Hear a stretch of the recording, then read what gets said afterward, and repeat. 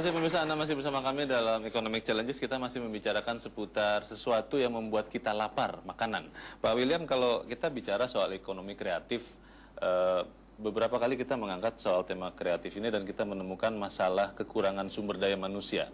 Itu menjadi masalah yang sangat penting yang kemudian menghambat pengembangan industri kreatif. Kalau dalam dunia tata boga atau kuliner, itu seperti apa gambarannya, Pak William? Begini, kita bicara soal kreatif, itu bukan karena kalau di bidang masakan, bisa masak nasi goreng itu terus dianggap jadi kreatif. Orang yang bisa memasak nasi goreng dengan kreatif, karena dia punya wawasan selera. Wawasan selera itu dia peroleh dari dia nyoba di kampung sana, kampung B, kampung C. Maka nasi goreng kok beda-beda, terus dia memadukan, mengkreasikan kembali, dan merangkum kembali menjadi suatu kreativitas. Soal rasa, yang saya selalu sebut icip-icip, ini mahal, nggak ada yang gratis. Kalau kita mau belajar lukisan, nonton pameran, gratis. Tapi kalau sebagai bidang studen, siswa belajar di bidang boga, terus masuk restoran, saya siswa loh, minta icip-icip gratis, ya diusir pasti. Wawasan ini yang kita perlukan sehingga nanti pada satu saat dia bisa menjadi seorang lebih kreatif. Harus didukung juga dengan intelektual yang baik. Nah, berarti kalau melihat kebutuhan yang ada, katakanlah untuk cook atau chef yang mengerti masakan Indonesia, menguasai, apakah itu sudah terpenuhi, Pak, dengan jumlah yang ada sekarang ini? Nggak ada. Tidak terpenuhi? Nggak ada. Sama sekali belum terpenuhi. Contohnya sekarang dia perlu kalau mau mengirim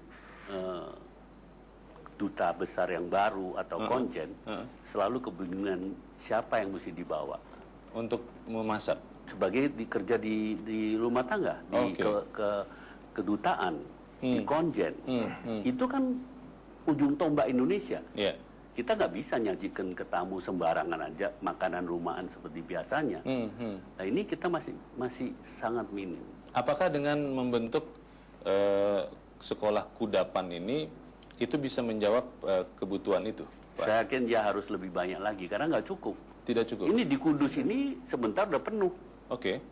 Mereka cuma bisa menampung berapa anak setiap tahun nantinya. Yang sekarang masuk sekarang baru akhir tahun depan ya, baru selesai dan sering banyak sudah di book sama perusahaan-perusahaan sudah dipesan. Ini bagaimana Bu Nancy? Pak William mengatakan bahwa kudapan, sekolah kudapan di Kudus ini tidak akan bisa memenuhi kebutuhan juru masak yang memang mumpuni untuk memperkenalkan masakan tradisional Indonesia. Anda tetap bertahan di Kudus saja atau ada rencana juga untuk mengembangkannya kemana-mana? Bagaimana Bu Nancy? Yang jelas Kudus merupakan satu langkah awal, sebagaimana tadi disampaikan oleh Pak Bupati. Tapi kalau menyimak pembahasan dari Pak Will, betul sekali, ada 3 yang saya catat di sini mengenai industri kreatif sendiri.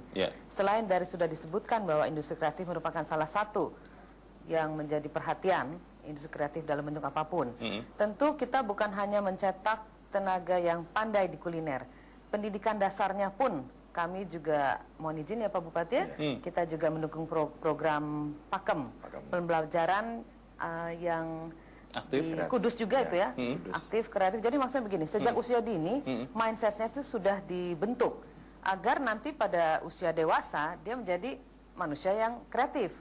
Kemudian yang kedua, saya catat di sini tadi Pak William juga mengatakan bahwa SDM yang mampu bekerja berdasarkan kreativitasnya sendiri. Bagaimana cara untuk menimbulkan kreativitas seseorang? Tentu selain dari mindsetnya, yang kedua adalah peluang. Peluang yang diciptakan. Kalau tadi Pak Bupati mengatakan dari segi fisik disediakan fasilitasnya, kalau kami dari Bank Negara Indonesia tentu mencetak generasi itu sendiri. Bahwa kami tidak hanya mencetak di masa ini saja, tetapi juga memberikan inisiasi kepada generasi berikutnya. Yang ketiga saya lihat juga di sini bahwa sejalan dengan prinsip kami, semboyan kami adalah bridging Indonesia to the world. Jadi kehadiran BNI tolong jangan hanya dilihat sebagai apa ya, sumber ya dana cari atau uang, yang lainnya, ya pencet ATM keluar uang misalnya. Tapi kami di sini melihat jauh ke depan, bahwa setidaknya apa yang kami rintis di sini bukan hanya di Kudus. Kalau di Kudus hanya merupakan salah satu langkah. Persis tadi yang dibilang oleh Pak Wil bahwa melalui makanan bisa dilakukan langkah untuk berdiplomasi. Dengan begitu tentu Bank Negara Indonesia tidak hadir sia-sia, bahwa kami juga ada misi ke sana, bernegosiasi untuk bisa orang luar negeri mampu menerima generasi yang dibentuk oleh BNI. Mungkin itu dulu yang bisa saya antar. Baik, nanti selepas jeda saya akan bertanya juga nanti ke Pak Mustafa. Tentunya bukan hanya beliau-beliau ini yang akan diajak bekerja sama untuk mengembangkan ekonomi kreatif di Kudus. Dan kita juga nanti akan, Pak William juga mencari tahu seperti apa sebetulnya jenis 30 kuliner tradisional tadi. Tapi kita harus jeda dahulu dan pemirsa tetap bersama kami. Economic Challenges kami lanjutkan sesaat lagi.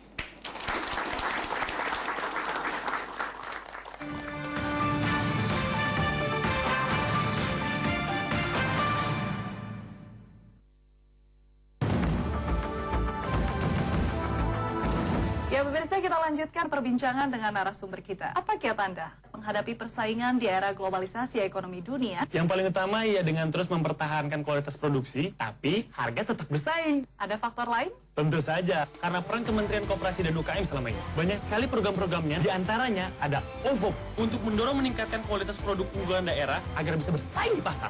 Lalu ada program pembiayaan melalui KUR dan LPDB yang memberikan kemudahan akses kredit. Kemudian setiap tahun ada gerakan kewirausahaan nasional yang bertujuan untuk menjaring sebanyak-banyaknya wirausahawan baru. Selanjutnya ada program pelatihan untuk meningkatkan kualitas SDM yang dilakukan di seluruh Indonesia. Ada juga program pemasaran melalui lembaga layanan pemasaran yang misinya memperluas akses pasar melalui peningkatan promosi dan jaringan pemasaran. Jadi, bersama Kementerian Koperasi dan UKM, kita lanjutkan pembangunan untuk kesejahteraan rakyat.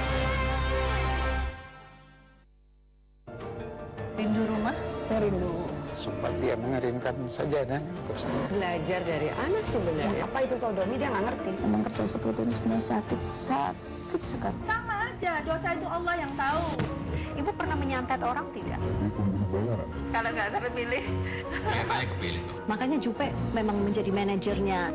Mengungkap jutaan cerita dari sisi yang berbeda. Sudut Pandang bersama Vivi Alaida Yahya. Setiap Sabtu jam 10:30 malam.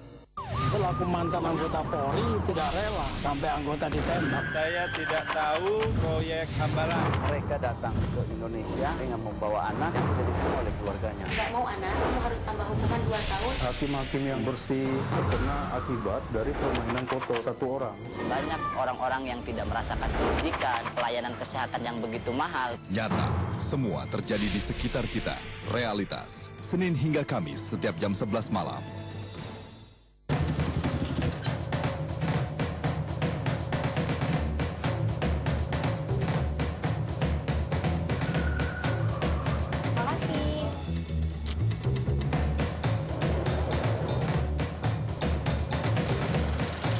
Jangan lewatkan berbagai cerita menarik dari Indonesia. Antologi film dokumenter Indonesia Oke. Saksikan di Cinema Access One di kotamu.